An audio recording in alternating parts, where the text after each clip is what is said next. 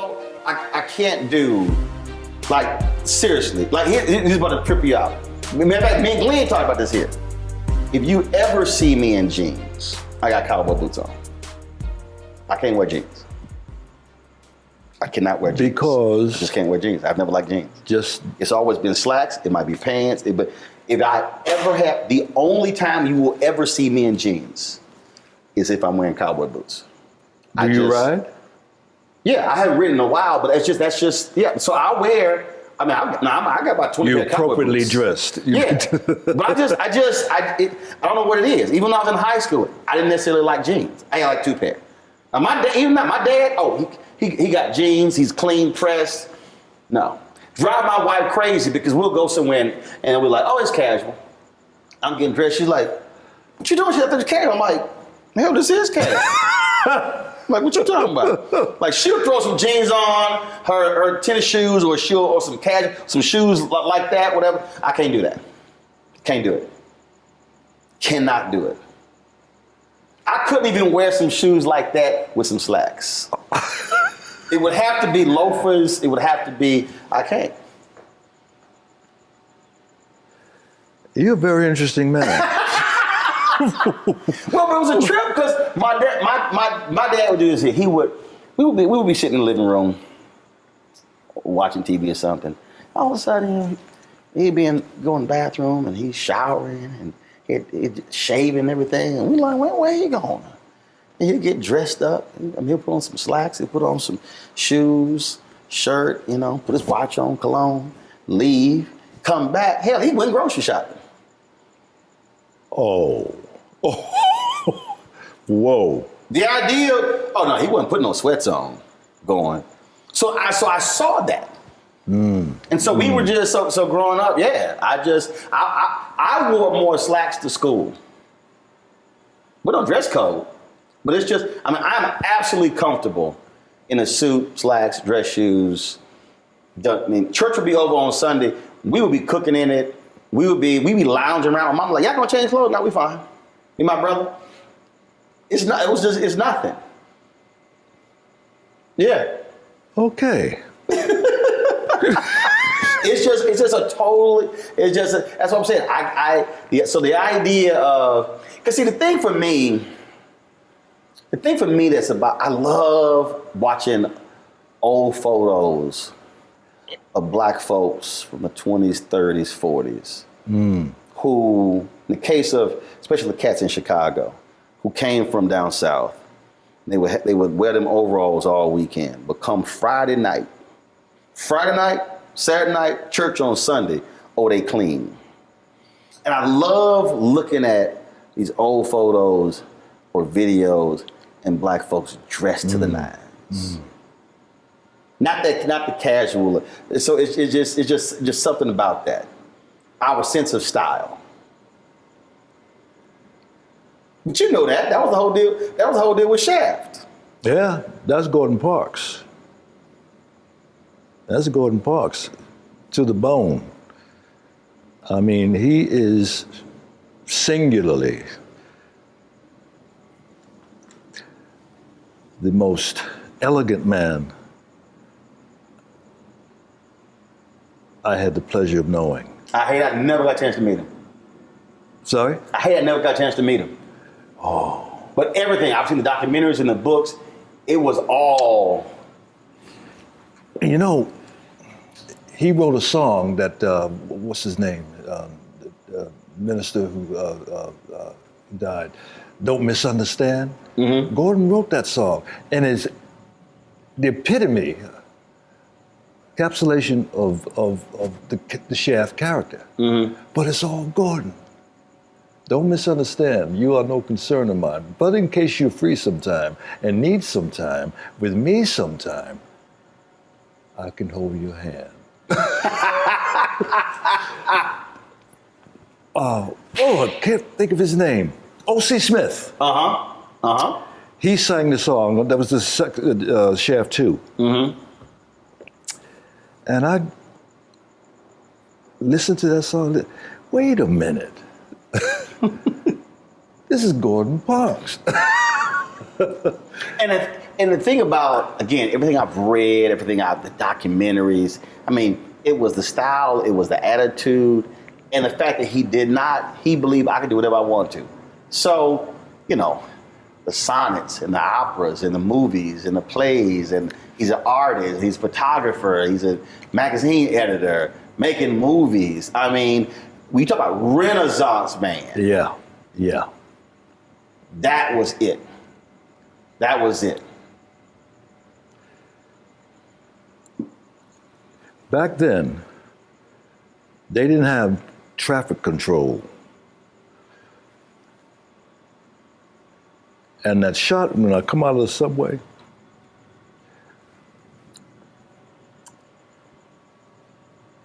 here's what I want you to do.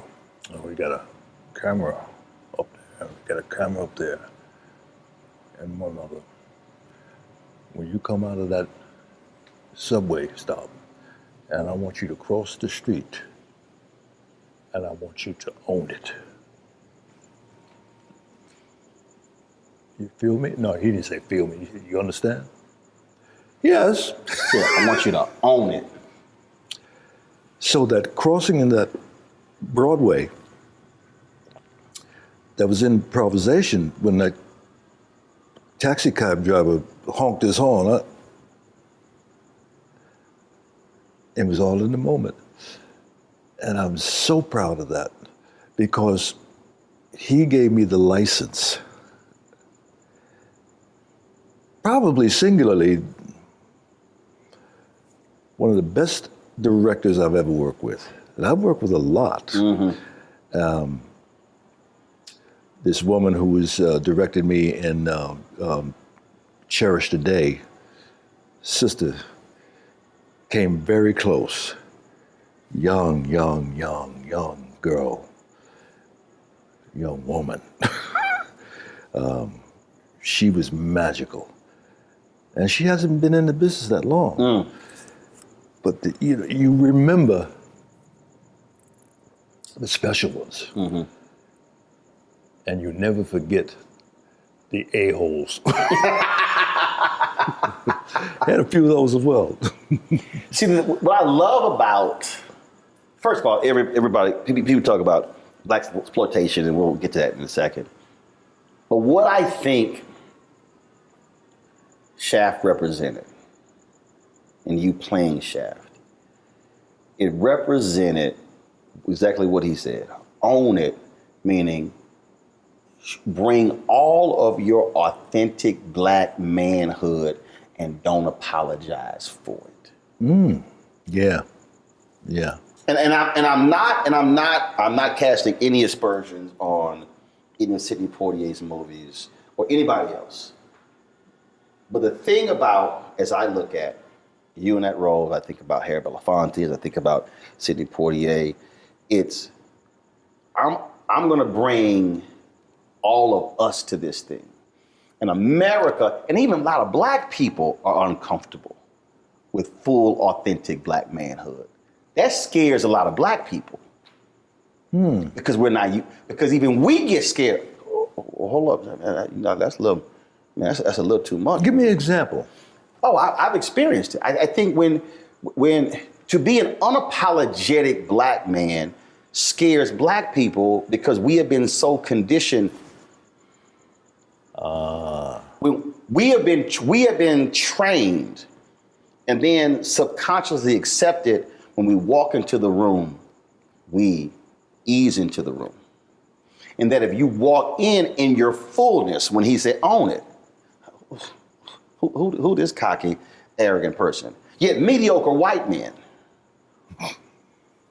go to many spaces like, oh, I belong here. And I think that is, and I've experienced where a lot of black people, you a bit much. Well, he not.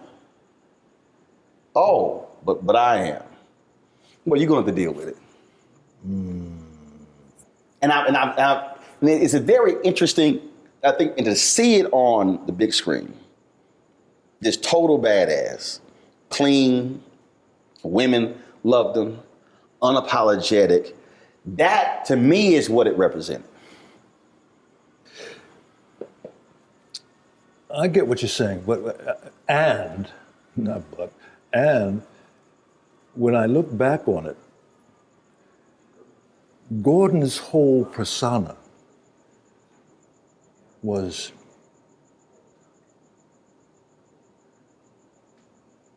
a total at ease with who he was. Yes. That's what you're saying. Yes. Under any circumstances. He belonged in whatever room he was in. Yeah. Because the studio didn't want me to have a mustache. Gordon said, no, you will have a mustache if I gotta paste it on every morning. Because for black men. Hello. They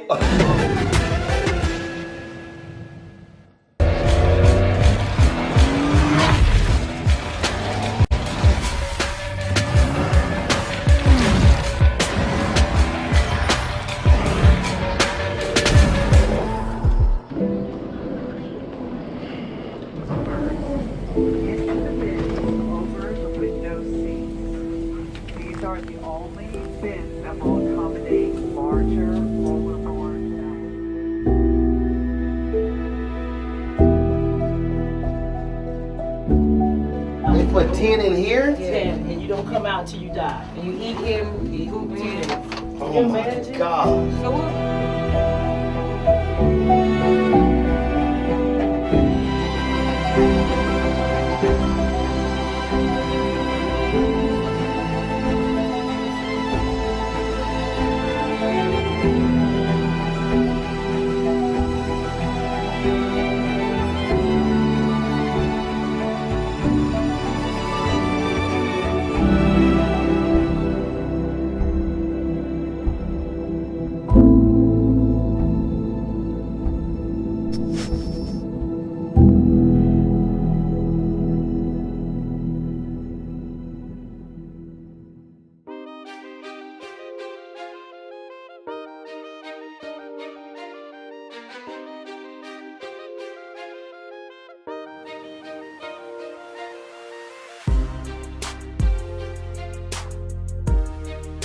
My brother's an Alpha. He played Spring 87. I played Spring 89. So you get to shave all facial hair. I did not come home after I pledged until a mustache grew back. Whoa. Because I can't. Okay, I'm gonna tell you the story off camera. I gotta tell you the story off camera. All right. My dad will get real mad if I tell this story on camera. Okay. But let's just say my dad made it real clear to me and my brother. You better keep a damn mustache. Remind me to tell you the story. You gonna holler. But I've had that conversation with other brothers who I went to college with, and when they went to corporate America, they shaved their beards, shaved their mustaches, and again, it was conforming to a standard that's not who we are. So for him to say no, he gonna have a mustache. That was another signal you are going to accept the fullness of this black man. Absolutely. Now, you said he gave you the license. Was that you? Because even that has defined you. People, oh yeah, that's the bad man. That's the badass right there. Did you have that attitude before, or were you sort of, hey? No. You want me to shave it? I'll shave it. You want me to keep it? I'll keep it. All right, back up. It was only a couple of years ago that I realized that the character Gordon placed on me was Gordon Parks. You know, he's got that bushy. Yes.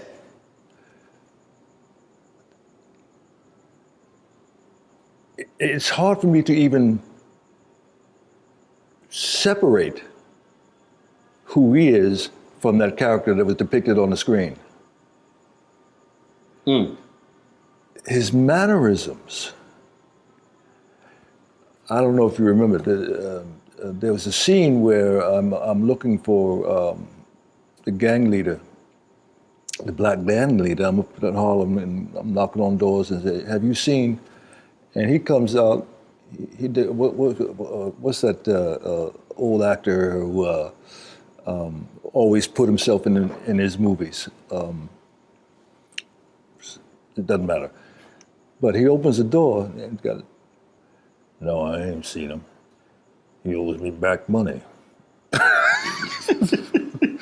And I looked at that. Wait a minute. That is Shaft. You can't separate the two. That's who he is. Gordon Parks. Clean, always clean. Always. Always. Always. I still tell the story, and I love when you told me this, how you used to get really upset that people kept calling you that. And your daddy said, I tell people that all the time. I talk about that story all the time. How your daddy was like, please. Basically, son, you tripping. Yep. A lot of people leave this earth not being known for nothing. Shut up. The reason I tell that story, because it's also the influence of a black father on a son. And I talk a lot about my dad. Mom has been in my life. They've been married 54 years. Great, wonderful. But there is something I believe that is different, that is vital. What a dad says to a son, trains a son, raises a son. What was your relationship? My dad, interesting man, deeply religious. I mean, we went from the Union Baptist Church till the church fell apart, and he got in with his sisters, Pentecostal. Later became a Pentecostal preacher. And it's the old thing of Sunday, he went to Sunday school, morning service, went home, and came back for BTU. All the experience. Yeah. He was a very strict man, to the degree in which my grandmother, Miss Lucy, lived to be 103 years old. If we did something in the neighborhood, the whole neighborhood knew. Mm-hmm. And she made us go out and get the switch. And she said, "You just wait till your daddy gets home." And you like, you got it, you good, like you handling it. My dad would come home, and my brother and I'd be upstairs, feigning asleep. Never worked. No. Come on down here, boys. We're about to have a party. He called a party? Yeah. Oh, yeah. Yeah, we're about to have a party. Dad, I won't ever do it again, but no. And I look at these kids today, even my own kids. Right. Y'all don't know what you're missing. I told my nieces that. I said, y'all couldn't live in the household I grew up in. I said, y'all could not have survived. I said, you would be losing out of your mind. Because they had pushed me a little too far. And when I snapped, I said, y'all have no idea how close I am slapping the shit out of you. My dad When he got upset, he couldn't talk. The Watkins man came to the door one day, knocked once and opened the door and started,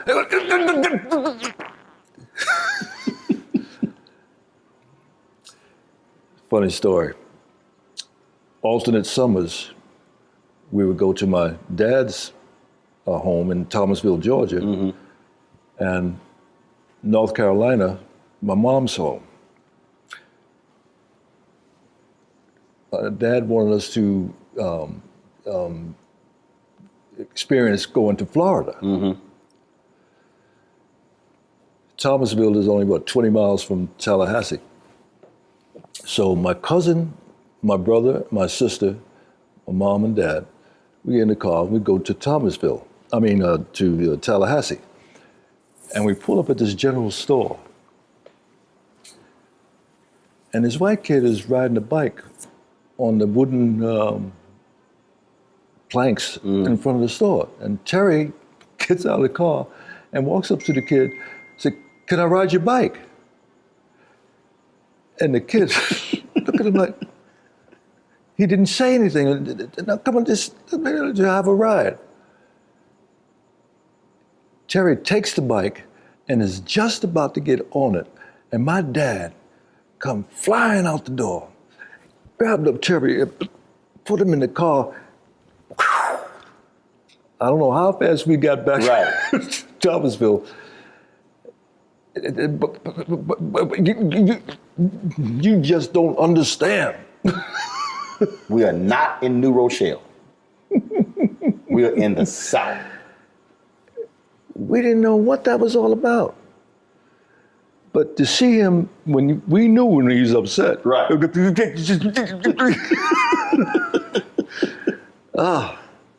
That Watkins man, he never did that again. Weekly, he would come by. Right. You remember Watkins products? I got a few weeks on you, that's why.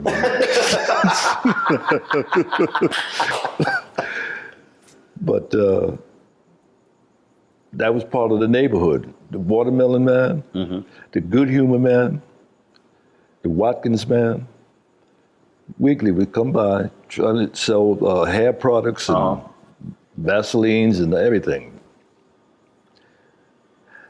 I had a pretty good growing up. How did you decide to say, all right, I'm gonna become an ebony model? No, I didn't get a vote on that.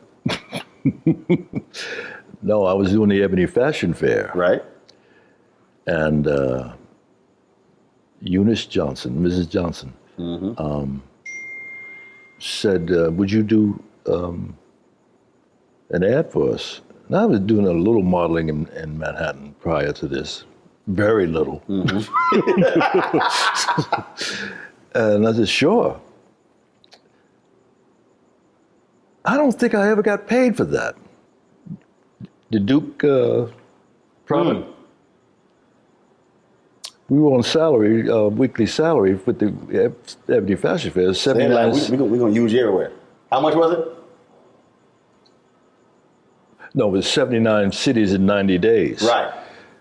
I don't remember what we were paid weekly, but I was sending that back because I was then married, had 2 children. People don't realize how huge that tour was. Oh. It was a significant fundraiser for many black organizations. Absolutely, absolutely. And after the film came out, I'd go doing promos from city to city. Say, oh boy, I know you did Shaft, but I remember you from the Ebony Fashion Fair. Oh. Because it was a huge deal. I mean, look, obviously people today don't understand because you see everything on television.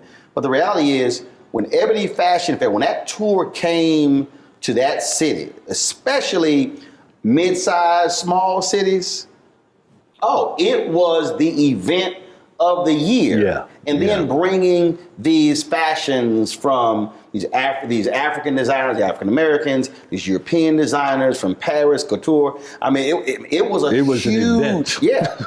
And folk came dressed up. Yes. It was an event.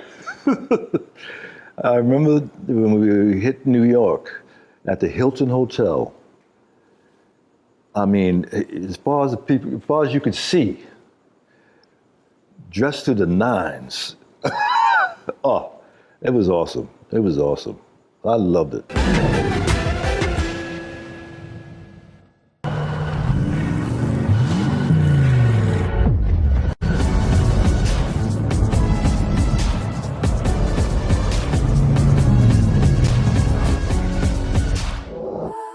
Pull up a chair, take your seat.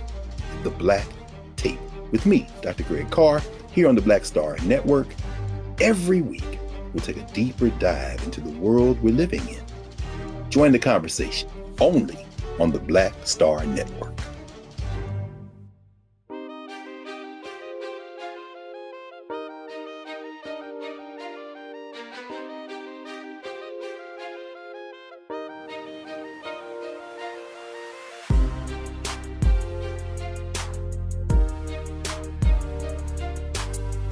I lied to Mrs. Johnson saying that I'd done runway.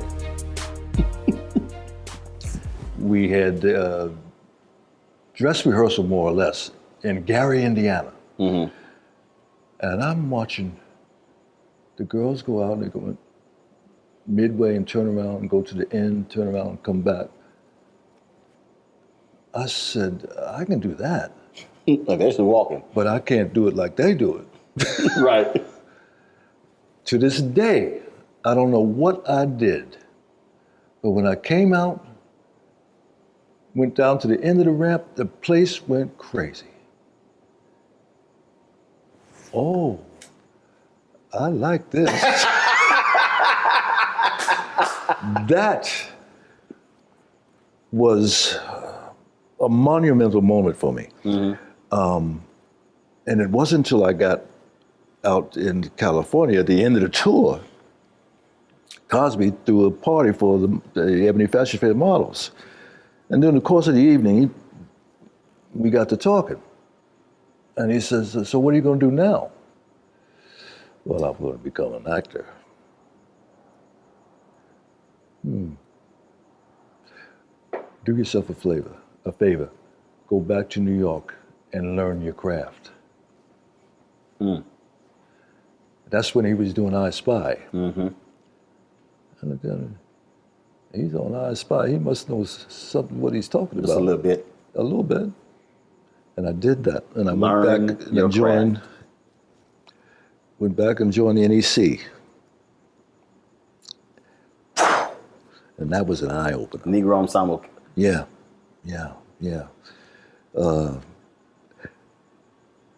Robert Hooks. I finally got to be participant in the company. That brings another funny story. It was a 3-hour play,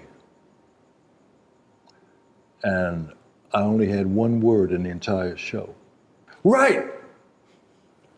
Esther Roll, bless her heart. She's sitting next to me, right? And I guess I'd zoned out, and she went, right! Just had one word. Every time I saw this woman, she said, you need a punch? I guessed it on that show once. Oh, Roundtree, you need a punch? But see, that phrase right there, I think it's the reason that is so important. Because it's crazy. Today, I literally had a conversation with a young woman, journalist. And it's interesting because I have more sisters who reach out to me for advice and counsel on their career than brothers. It's very interesting. The sisters are like, yo, they will soak up the knowledge. Very few brothers call.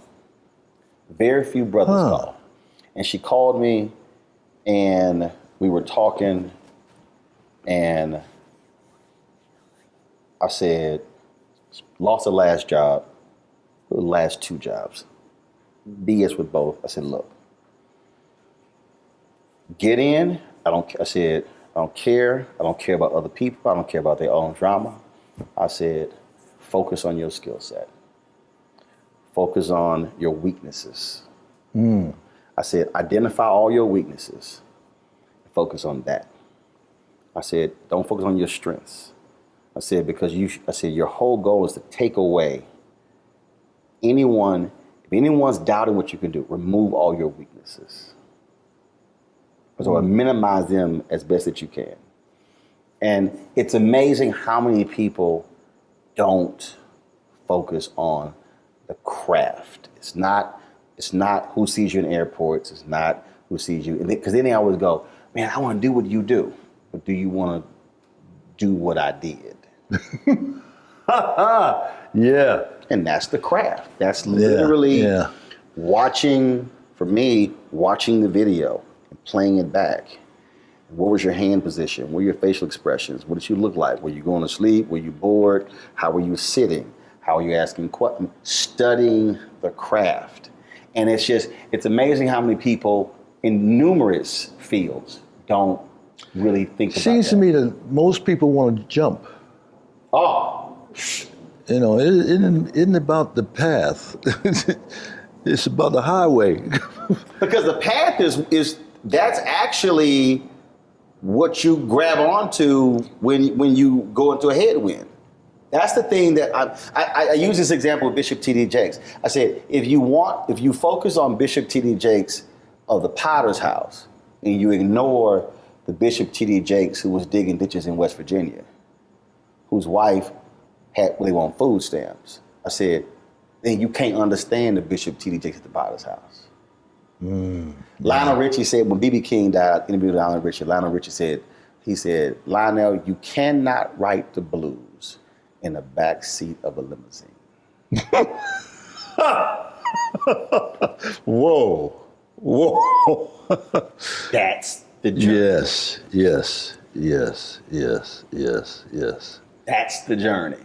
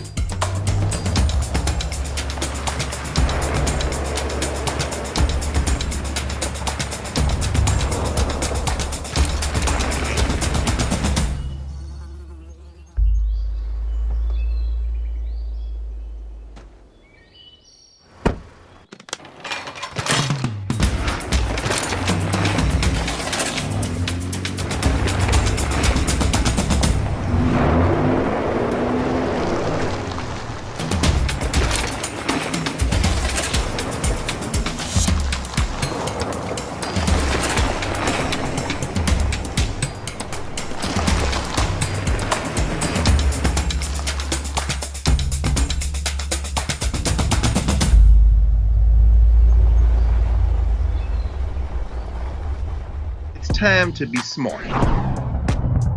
Roland Martin's doing this every day. Thank you, Roland Martin, for always giving voice to the issues. Look for Roland Martin in the whirlwind, to quote Marcus Garvey again. The video looks phenomenal, so I'm really excited to see it on my big screen. Support this man, Black Media. He makes sure that our stories are told. See, there's a difference between Black Star Network and Black-owned media and something like CNN. I got to defer to the brilliance of Dr. Carr and to the brilliance of the Black Star Network. I am rolling with Roland all the way. Honored to be on a show that you own. A black man owns the show. Folks, Black Star Network is here. I'm real revolutionary right now. Roland was amazing on that. Stay black. I love y'all. I can't commend you enough about this platform that you've created for us to be able to share who we are, what we're doing in the world, and the impact that we're having. Let's be smart. Bring your eyeballs home. You can't be Black-owned media and be scared. You dig?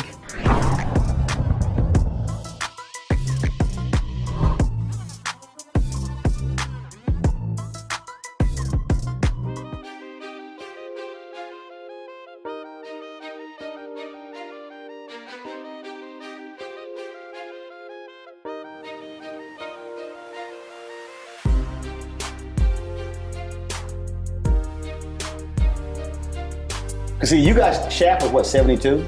71. 71. So you had been acting for how long before that? 66 or 67. That's a 4 or 5 year period of sitting with others, learning and watching. And for the people who don't understand the Negro Ensemble, just explain how crucial that was for Black talent. I got to see Denise Nichols, the brother who was in Shaft, Moses Gunn, the brother who won the Academy Award for Soldier Story. Howard Rollins. No. A Soldier Story. No. You mean Officer and Gentleman? Yeah. Not no Gossip. No. A Soldier Story. He won it for Soldier Story. He was the sergeant. Oh, he was nominated. Raspy Boys. Yeah, I know. You made me feel better. No, the Raspy Boys. Yes. Because he didn't hit, because he did a whole bunch of, he didn't win the Academy. Adolph Caesar. Because he did, and see, even when we talk about The Journey, they had a hit, but people didn't realize all of those movies, he did the voiceovers for the trailers. Wow. All of those, a lot of the Black movies that hit, he was the voiceover guy, and that's what he did all those years until A Soldier Story hit.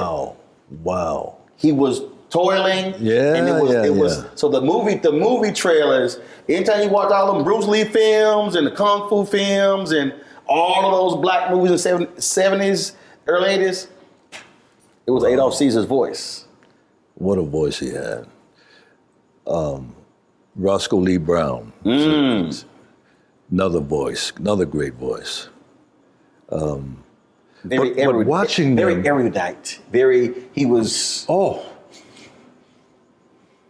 I did a film with, they used to tour together and do Shakespeare readings. Man, I can't remember. But the two of those voices, you could just visualize them on stage. Roscoe Lee Brown, I loved him to pieces. What a character. What a character.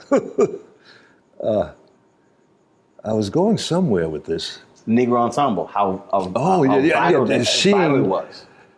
The pros really do it. And watching them, and that's what this is about.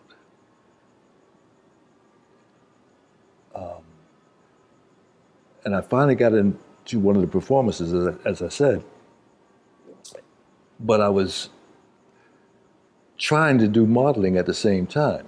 So doing breaks, I would go do go-sees, what they call go-sees, go to different photographers and show them your portfolio, yada, yada, yada. And I'm sneaking back in one night. Robert Hooks called me, hey, Roundtree, you got to make a decision. Either you want to be an actor or a model, but you can't do both. That's when I started driving a cab in New York. Did that for 2 years. Driving a cab to allow you to be able to make some money, family, to pursue this acting thing. Absolutely. I remember I was dropping people off at Sardi's.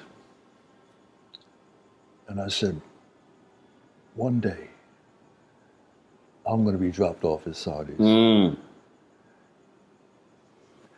I'll never forget, I had a fare one night.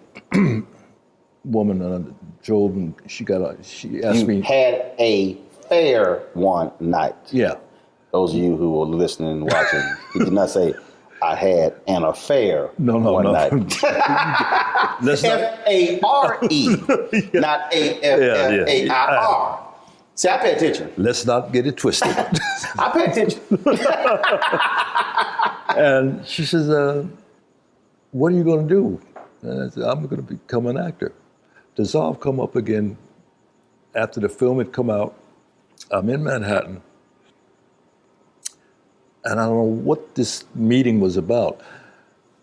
Well, she said to me, Richard, you won't remember this, but I was in your cab one night and you told me that you were going to become an actor. She was in marketing for some BBD, or whatever. Right. Wow, really? And it came true. And that night at Sardi's, this was after Gordon told me that you got the role.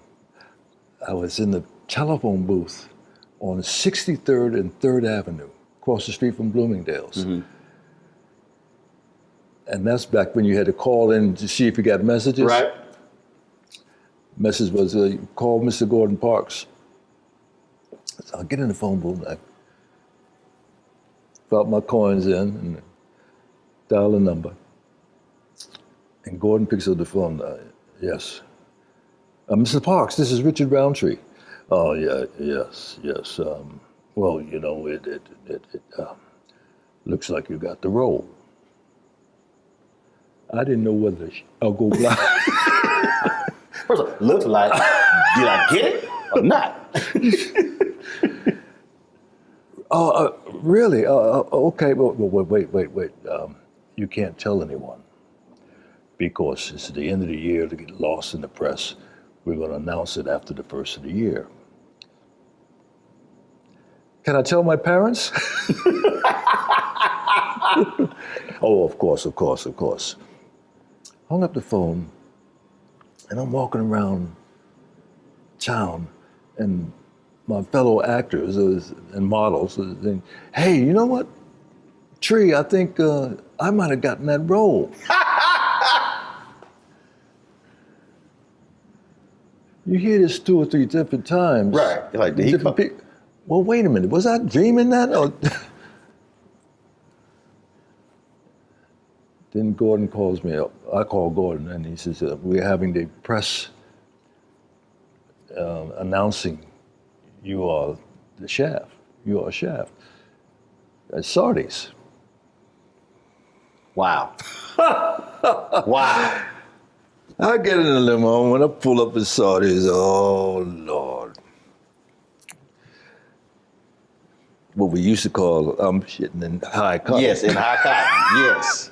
I get out, and all the press is there, and the actors, and I walk in, and Gordon announces, yes, this is Richard Roundtree, and he's going to play the character Shaft. Oh, magic. I got to share this with you. Miss Lucy, my grandmother,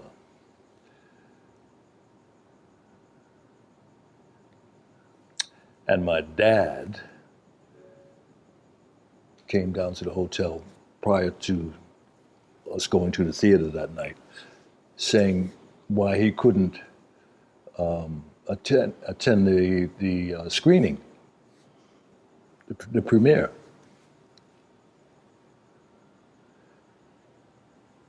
Okay.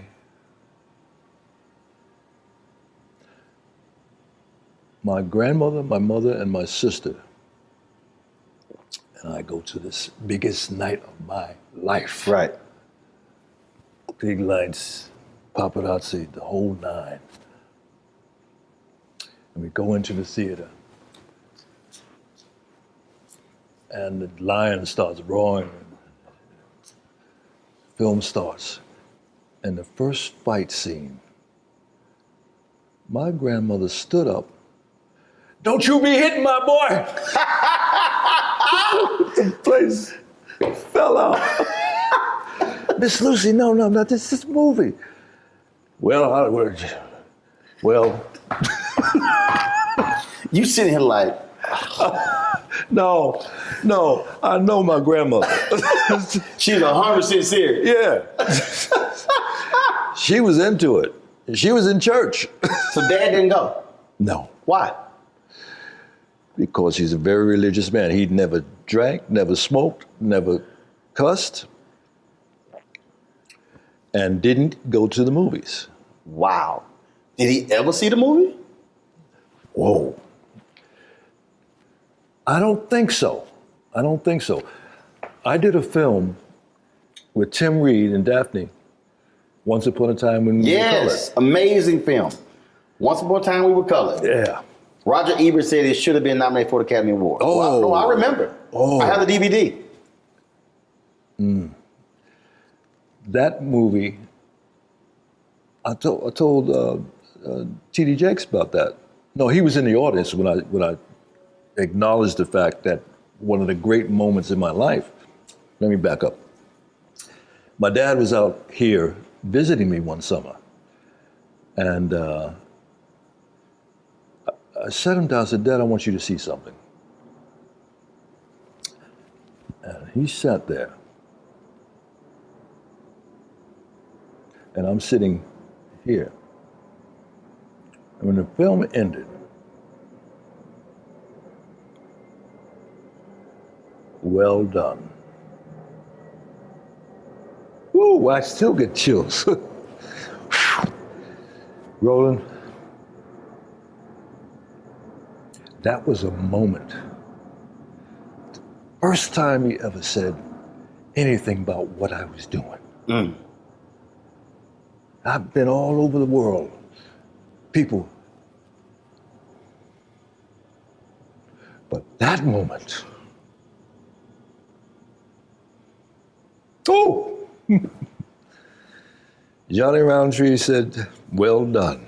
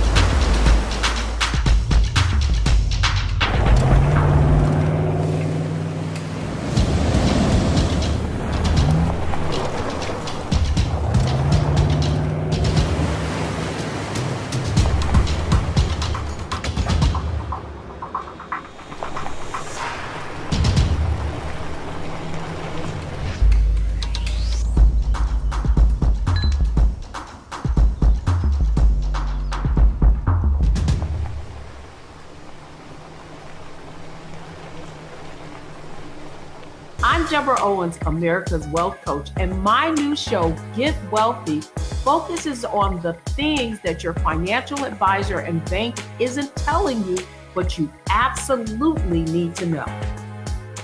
So watch Get Wealthy on the Black Star Network.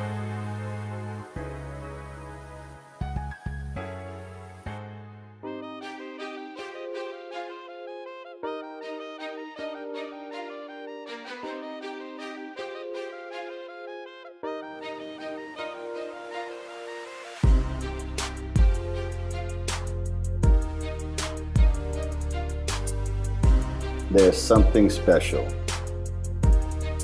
when the folks who birth you get to see the fruits of their labor. And not just see your work, but also to see how others respond to the work. For me, my dad sent me a similar text a few weeks ago. Watch the show every night. It's a news show. Yeah, he watches it every night, of course. If he misses the show, he gets caught up on the replay. He watched every show. He'll call me, tell me, don't put that person back on, she's stupid. I don't know what the hell this dude was talking about. Way to kick his ass, son, way to kick his ass. He do cuss. He don't cuss a lot. I cuss way more than him. But one of the joys for me is to get to bring them into my world and to actually meet people, see people, to experience all of that. Because, and I don't have biological children. You have children, even with the nieces I've raised. It's all that you invested, all those whippings, all those lessons, all those things, to see it actually pay off. Yeah.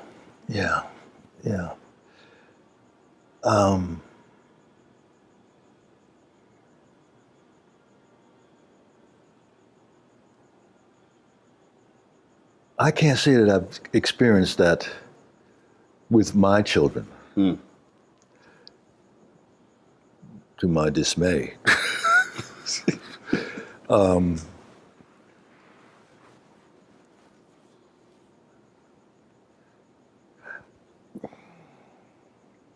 I remember being asked a question. Oba Babatunde was doing a similar type thing that he was trying to put on television. And he asked me, how do you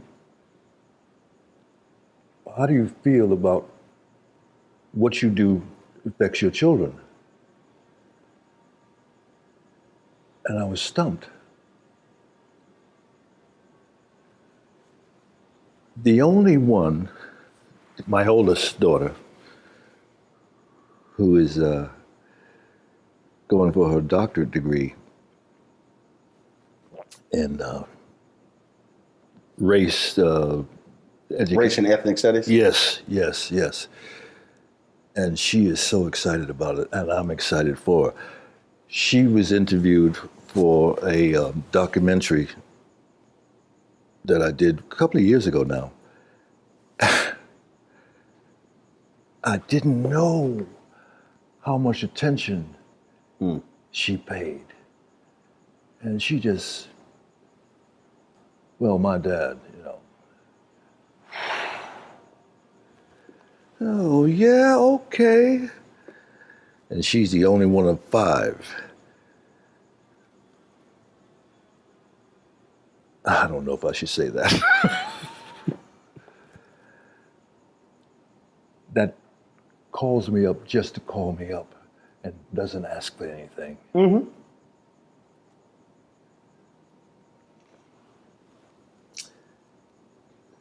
Can you tell I'm a little pissed off? Just a little bit. No, but look, it is a. See, for me, and many others have said that. Talk about that relationship, that experience. So we live 8 blocks from my maternal grandparents. So I was with my grandmother, grandfather every day, almost first 15 years of my life till my grandfather passed. So the Catholic church we grew up in was founded in their living room. Nearly all our family went there. Every Sunday, it was 30, 40, 50, 60 people. Was it what? It was 30, 40, 50, 60 people at their house. I mean, because they had 8 children, 42 grandkids, like 70, 80 great-grandkids, like 120 great-great. I mean, just a huge family. So family matters. And when I talk to people, like, it's amazing when I talk to folks and they say, yeah, I haven't seen my brother in 12 years. I haven't talked to so-and-so. That's foreign to me because of how we were raised. Right. And it's like if I go 3 months, like, hold on, what's going on? So my schedule gets crazy. So now, because I can, and they're retired, I'm like, all right, I fly out of Virginia. They were with me for 7 weeks. No reason at all. They came 3 weeks. They still work elections. So they were like, look, we gotta go back and work an election. So flew back to work the election, came back for like another 4 weeks. And just hanging. No one in particular, just at the house, chilling. Dad would cook every day. Mom, she was doing her stuff. And he just going places, watching TV, just being around, hanging around. And just, And other people, and it's interesting. It's very interesting. I talk to other people, and they're like, "Oh, I talk to my mom and my dad. Oh, they have these long conversations. I don't have those. I just call, yo, what y'all doing? We just talk whatever. But even when I bring, it's just like, yo, it's just being present. It's just being here. We don't have to do something. We don't have to go anywhere. It's like people are like, what are y'all doing? We chill in the house. Well, you know just what? enjoying each other's company. I have to point the finger here for some of that. My upbringing, we weren't physically demonstrative at all. And I always made it a point to be the opposite when I'm present, physically even present. That's right. My dad would call me up a day or two after his birthday. Say, hey, son, how you doing? You forget something? Oh, Dad, I'm sorry. Yeah. It's all right. It's all right. Dissolve, come up, present day. The only time I hear from my kids is when they need something. And it's me also not reaching out my end of the bargain. It's very true. So because as parents, I get it. As parents, you look, you're supposed to call me.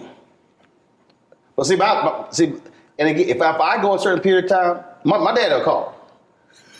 Son, what you doing? I'm sitting in here. Okay. All right. How the weather? What you working on? That sort of thing like that. Because I will get busy or whatever. We text a lot. We have a group family chat, and we have a group me on my whole family. We communicate constantly. Funny stories. We went here, posted photos here, and it's great because you're in tune with everybody. So I have 3 sisters, 1 brother, and then I have 9 nieces. 3 nephews. Then my wife's sister has a brother. My wife's sister has a son. So it's 12 kids. So 12 kids plus us 5 plus parents. So we're communicating constantly. So it's not like we have to actually call each other because we're communicating every single day in the group chat. Every single day? Every single day. Yeah. If I pull up his phone right here and I pull up, I'm looking here. Oh, perfect example. My sister sent something 5 minutes ago. 7 minutes ago. So you sit here, it's our group chat. So we post something, we see a story, we chat. So my wife, some photos, people put some Christmas tree up. My sister. The Christmas tree up already? No, the neighbors did. She's like, people across the street, somebody was at a restaurant, they sent some food. Okay, my niece, happy Halloween. So we use technology to act, and then my grandmother and my grandfather, my maternal grandmother and grandfather, that family just created. We were on a group text. We just created that chat as well. So we are sitting here because you can't call everybody. Like I said, a huge family, you can, but it's our way of just being able to communicate and talk one another and share with one another. And that way you're keeping up. So like my nephew got engaged, boom, photos are posted on there. We saw it there as well. But that's the thing. And it's interesting because early this year, so I had an aunt who passed away, my Aunt Betty, my mom's oldest sister. And I was on the group text. I said, why aren't we getting together like we used to? I said, I understand COVID. And I said, we should not be doing get-togethers at funerals. Should not what? Be doing get-togethers at funerals. I said, because when somebody dies, if you have no memories to discuss because you never got together, shame on those who are here. And they were like, well, there's an annual event they have at the Catholic Church we grew up in where they celebrate the founders. I said, that's March. Why? I said, can y'all tell me why we gonna wait 9 months? I said, why are we waiting 9 months to get together? And as I'm saying this, my aunt, the second oldest sister, she dies within 6 weeks. So we go back for the funeral. And so I just told y'all, because at the end, one of my cousins, she died at 50. So we've lost 2 aunts and a cousin in the span of, in the span of like 4 months. I said, y'all, don't wait for March.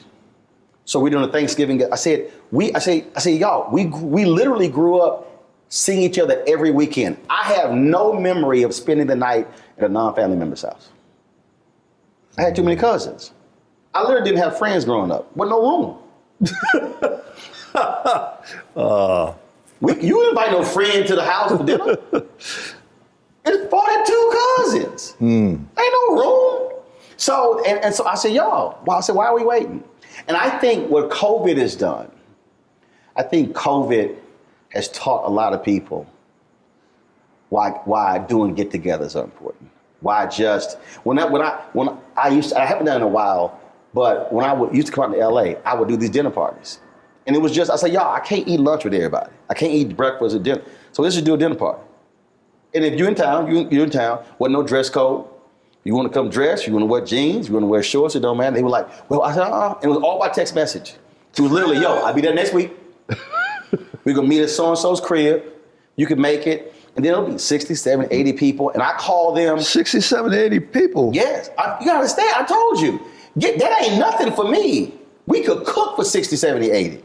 Because that was an every weekend get together with my family. So that's like, seriously nothing. I had a party at my house and they were like, how many people you invited? I said, man, about 100. They were like, oh my God, 100. I was like, y'all, that ain't a lot of people.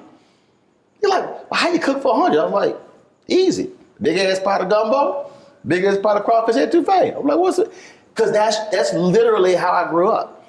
But it was the point of fellowship, seeing each other, having fun, for no reason at all.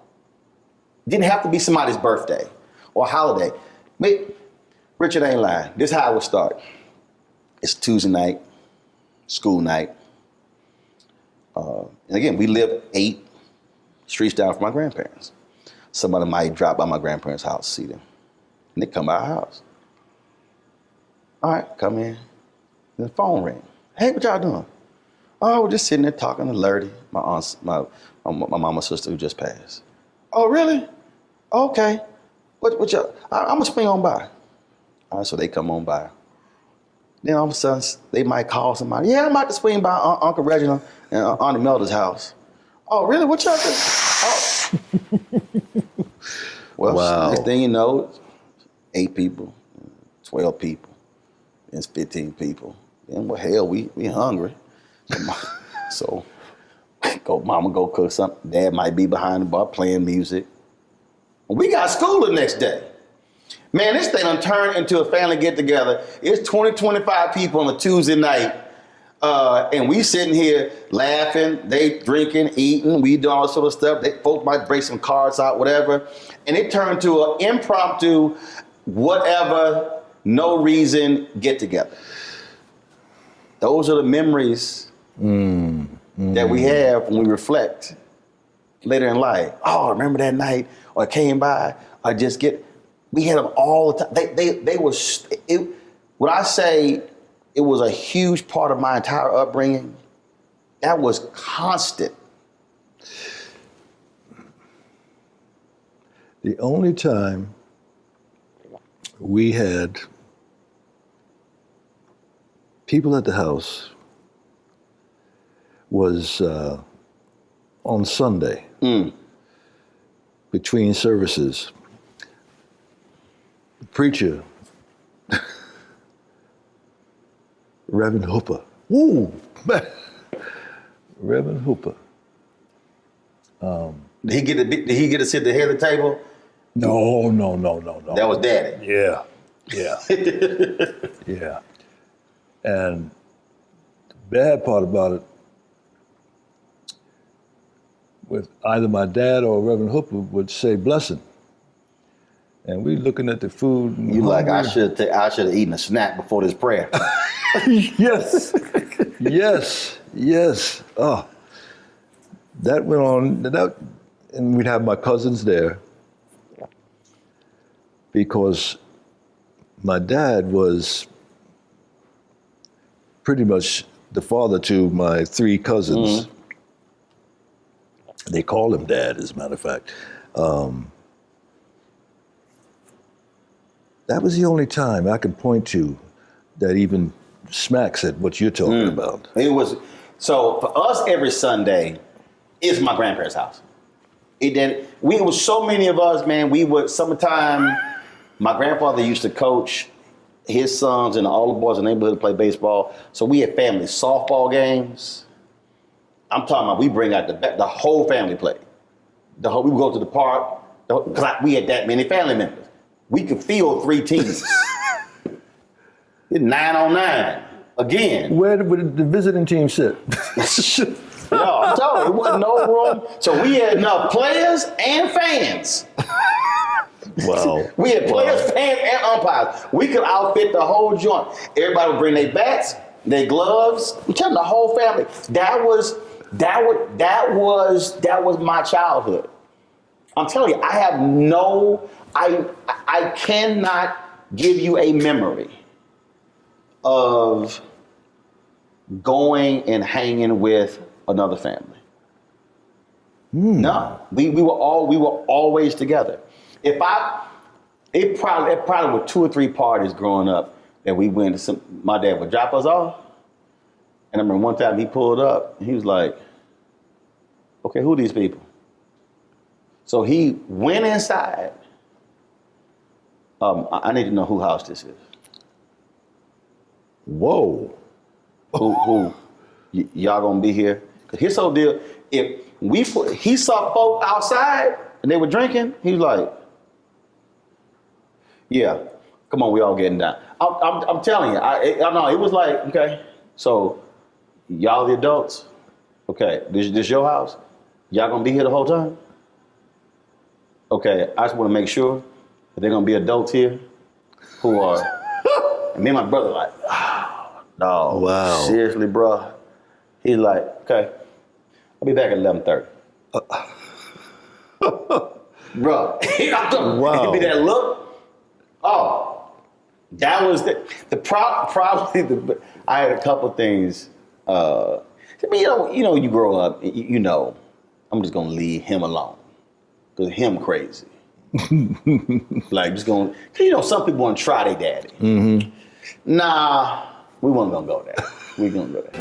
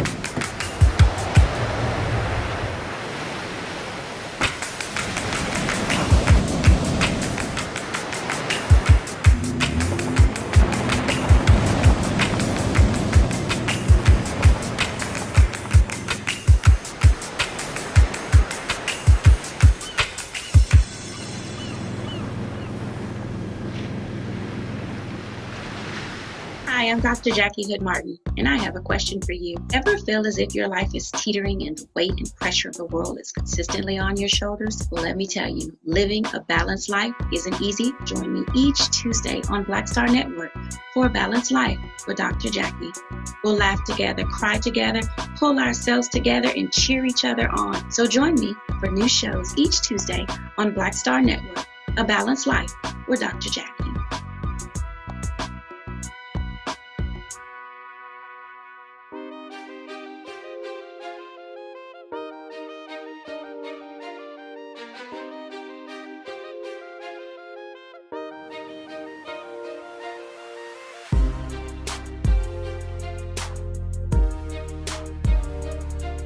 we went grocery shopping with my mom and my dad. And it was a Walgreens next door. So I was coming back, I hear these two white men say, let's go get that nigga. Said what? Let's go get that nigga. And I hear it very clearly. I was like, oh shit. I run to the store. So I run to the store. And I tell my dad, my dad's like, let's go. Now mind you, my dad was not a hothead, wasn't getting into fights, but if you mess with his family, like, let's go. Mom was like, Reginald, what you doing? Woman!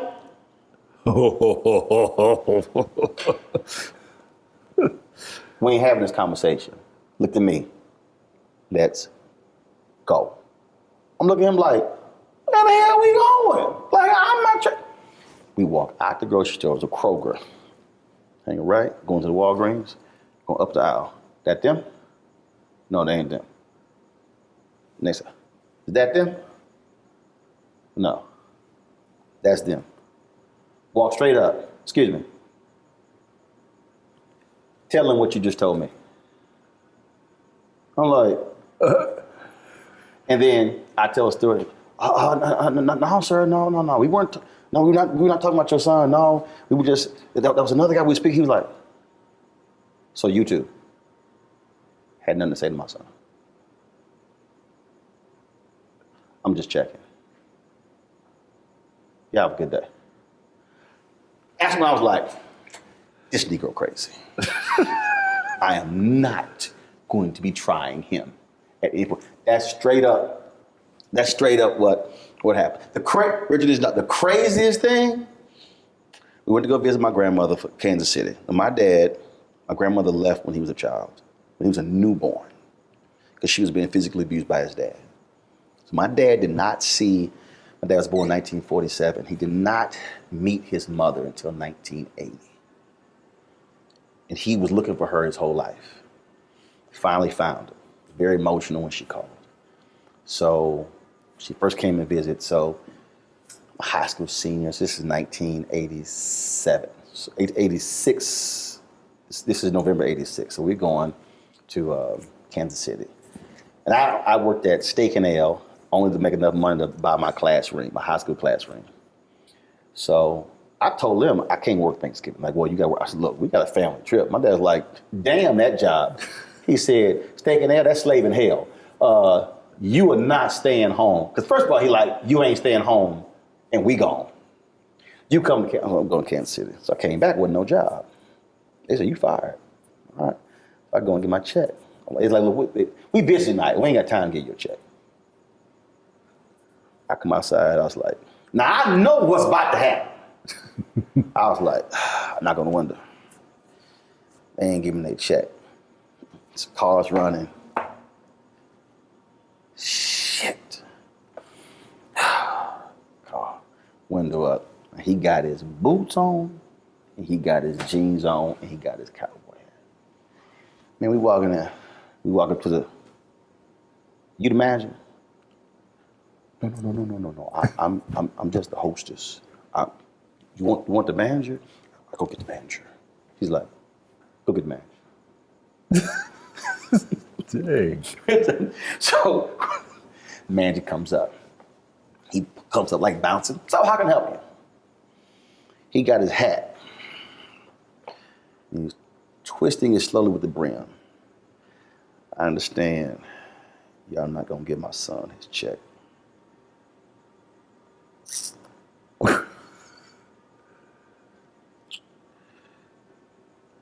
I'm here for his check. And he stops and he's holding it. And this is how he's looking at him. Guy's like, I'll be right back. So he runs into the office, gets the check. He comes out, sir, here you go. He goes, hand it to him. He wouldn't take it.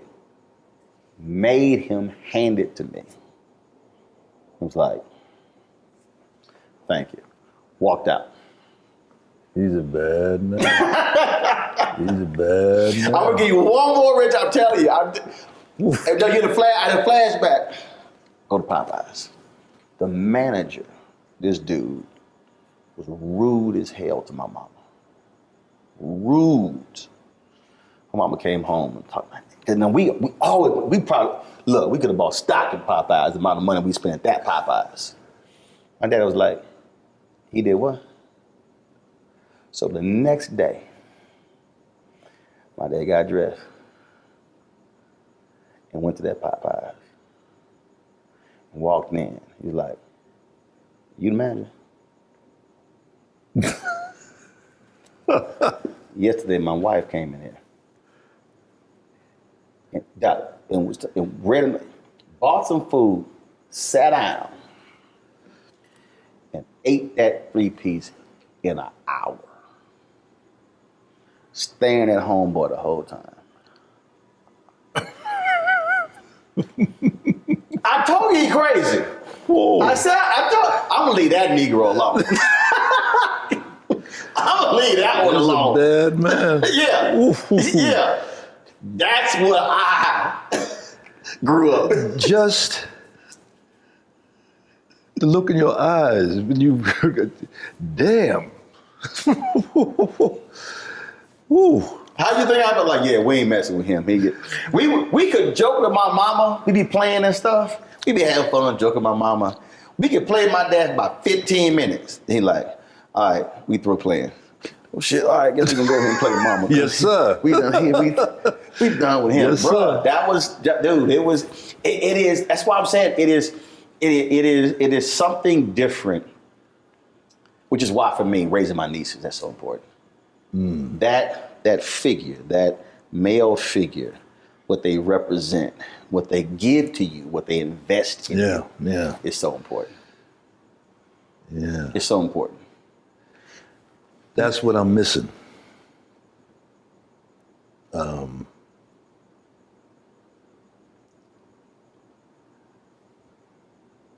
too soft.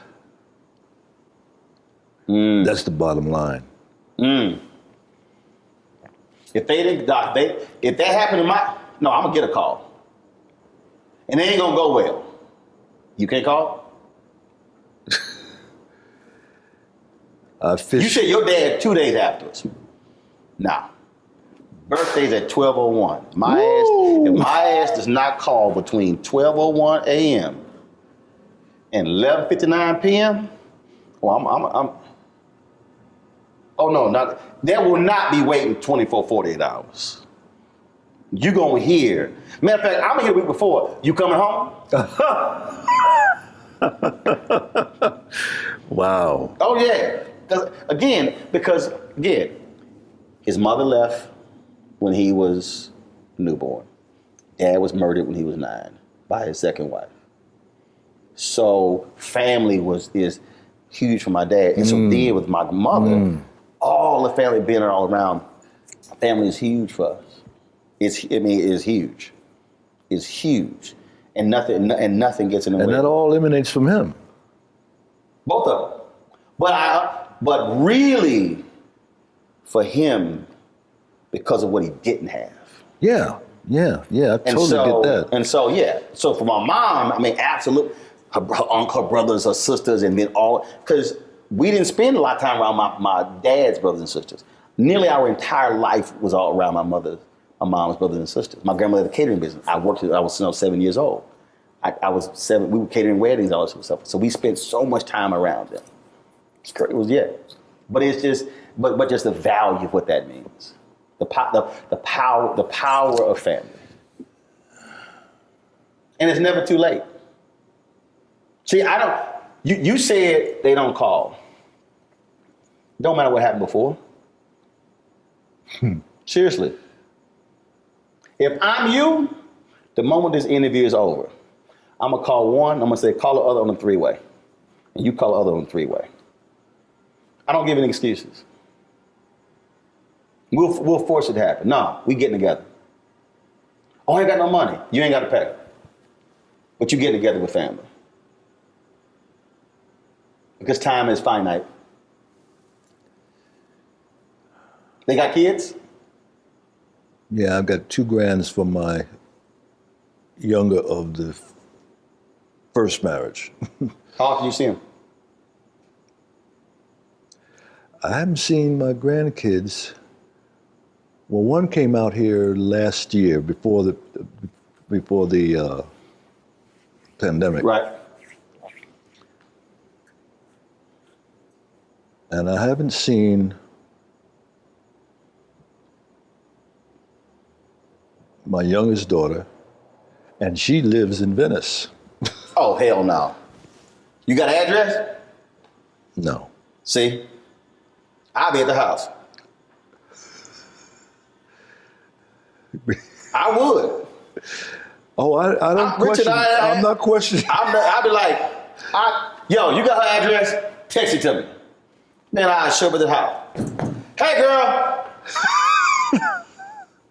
It's a whole different deal. You know how the cousin got mad at me because she's like, you slapped your mama on the butt? I'm like, yeah. I come home like, what up, woman? You got to be lying. No, I do. Oh my goodness. No, I am straight up. Cause guess what? I saw my grandfather slap my grandma on the butt. I saw my dad slap my mom on the butt. I do the exact same thing to my wife. I come home, hey woman. Roland, you crazy. Of course I am. Everybody in my family know I'm. It's all love. If I didn't do that, she probably think I'm sick. She's like, boy, you crazy. I'll give her a noogie. I haven't heard that word yet. I do. So my mom's short. I'm like, come here, woman. Oh yeah. You come to my family gathering, you gonna be like, I see this whole family. Because we absolutely enjoy being around each other. Yeah. Even when people act stupid. Even when people act stupid, we do that. It's such a difference. There's two sides of my family. My mother's side, crazy. My dad's side, they're all preachers. Right. Very religious. But I enjoyed being around my mother's family. I mean, because y'all had fun. Johnny B. He claimed, I don't know if it's true or not, that he played guitar with Basie back in the day. Mm-hmm. They're all World War II veterans. My Uncle Elmo, Johnny B. And my grandmother had 10 children. She outlived all but one.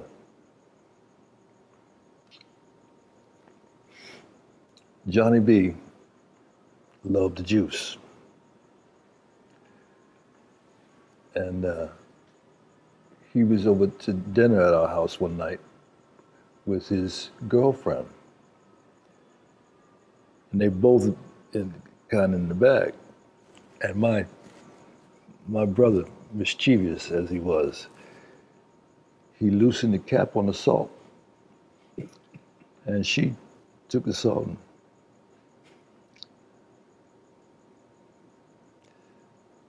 and Johnny B, that's the way he laughed. Oh, I forgot to add that she was a big woman. Tree, you know why I love her? Because there's so much of her.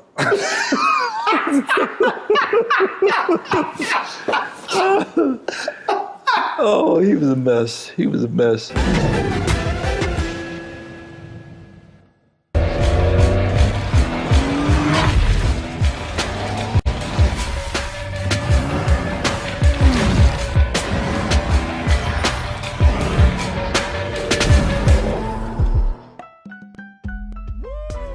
Impacted by the culture, whether we know it or not. From politics to music and entertainment, it's a huge part of our lives, and we're going to talk about it every day right here on The Culture with me, Faraji Muhammad, only on the Black Star Network.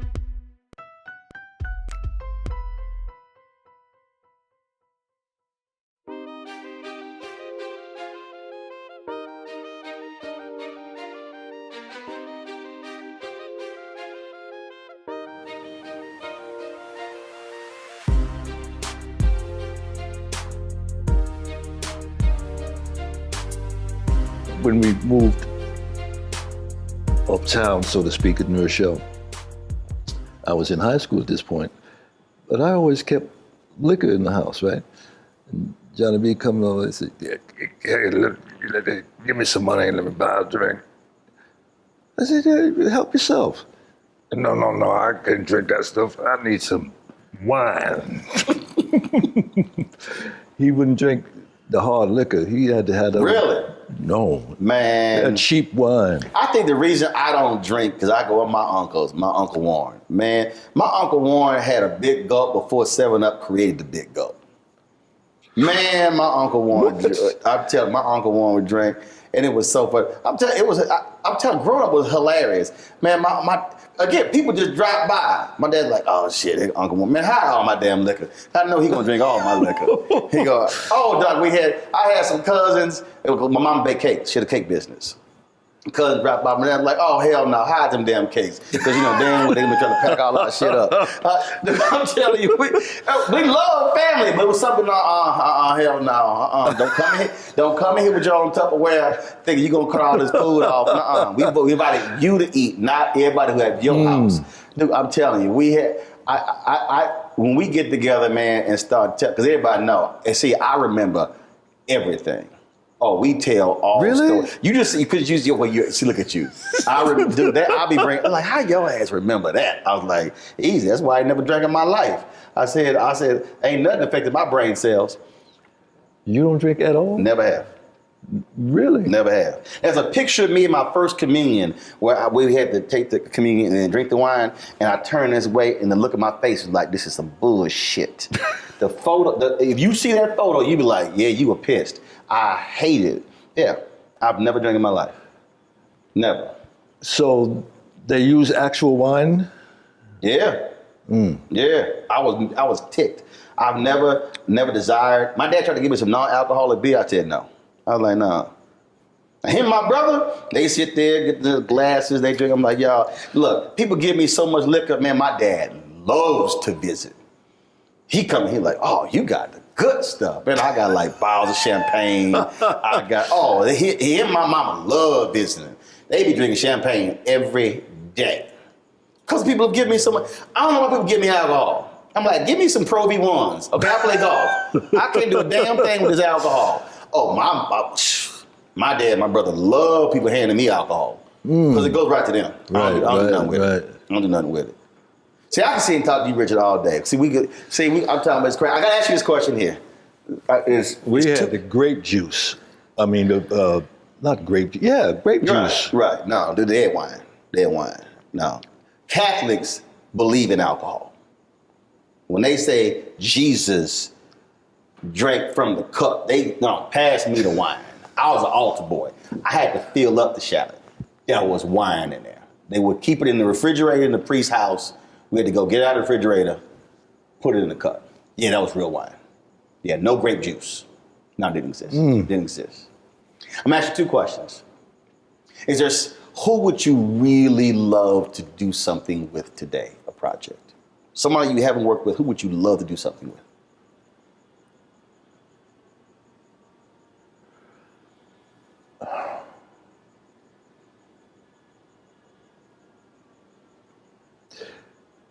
Actor, director, doesn't matter who it is.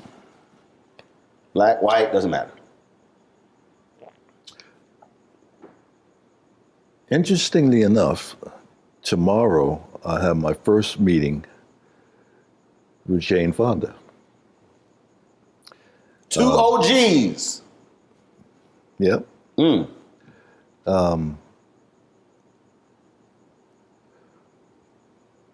But looking back, most of the people are not even here anymore.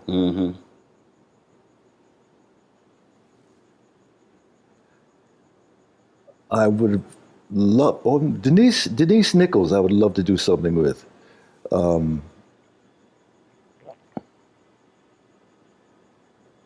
This movie that's out right now, I haven't seen it, The Harder They Fall.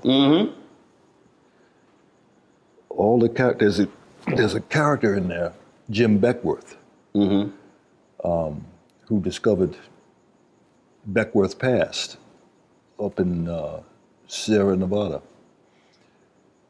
I've always wanted to do that character. And I was so excited to hear that he is one of the characters in the Holiday Fall. Now, you know, Glenn, he said when I asked him this question, he said to do an authentic Western. And he said he's working on it. Give your boy a shout. Give your boy a shout. Yeah. Yeah. He's working. He is one of my heroes. I mean, there's nothing he can't do.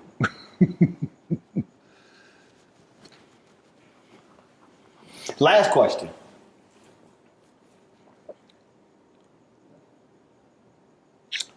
A 100 years from now. 100 years from now. Young person. It's coming across YouTube. They're streaming something. They might see you in Shaft. They might see you on Rock. They might see you Lincoln Heights. They might see you in anything. And if that kid says, who is this Richard Roundtree guy?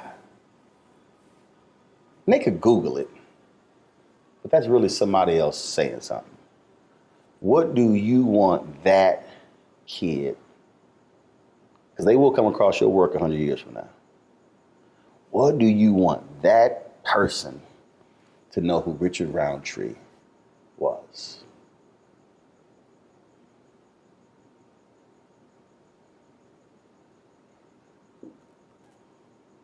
Classic gentleman.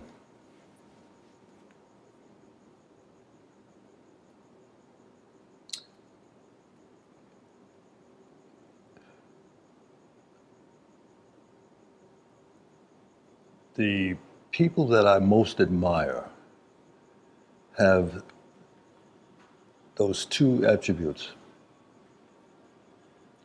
class and an excellent gentleman.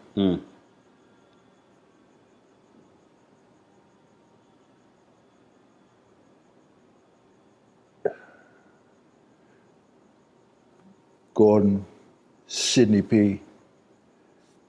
There's a innate classiness that you immediately hone in on. I'd be proud of that if I had a piece of that. Absolutely. Well, I've been wanting to do this for a long time. We've talked about it. I'm glad that we got a chance. I love sneaking up on you when you... Do you remember that? Yes. I remember that. It was a red carpet. I remember the Icon Man when we had a conversation about, and I had to give y'all this actually happened. I had to give you some advice. Remember, there was a woman you were interested in, but you were a wee bit. You said she was intimidating, and I said, Richard, is she all that? You were like, yes. I said, go for that. Oh, I remember. That was in Atlanta. It was Icon Man here in LA. Remember that dinner? They had us all at the different tables, and they grouped us, and then they said, okay, now it's conversation time. Oh. And then we were talking about, and I was like, hold up. You Shap. I said, he was like, you like, nah, but no, this is a strong sister. It was a really interesting conversation. And so we were going, I was like, go for that, Richard. Paula Kemp. I don't know. I ain't never met her, but I was like, go for it. Yeah. Yeah. There are times when you feel very confident, and there are times that you're squirmish. And that was one of those times. I don't know about that. No, I can envision you being squirmish. No, because I'm going to tell you why. There were things when you talked about doing the opposite of when you see something. There were opportunities that were presented to my parents growing up that for whatever reason, they were afraid to go after. And I said, that will not happen to me.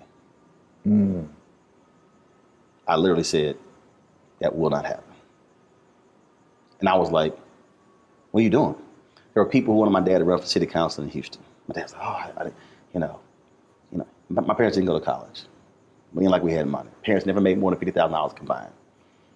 But they were so committed to civic duty and purpose that people saw that and it was authentic and they said, you should run. For whatever reason, chose not to. When I was a kid, I was 13, 14, and I saw it and I was like, that will not happen. And my dad introduced me in this church and he's like, I don't know where my son gets it from. I'm like, I get it from my parents. But I decided then, if I want something, I am going after it. And I will be relentless. I'll be fair, I'll be decent, I'll be respectable, but I will be relentless in getting it. Somehow I get that from you. Somehow.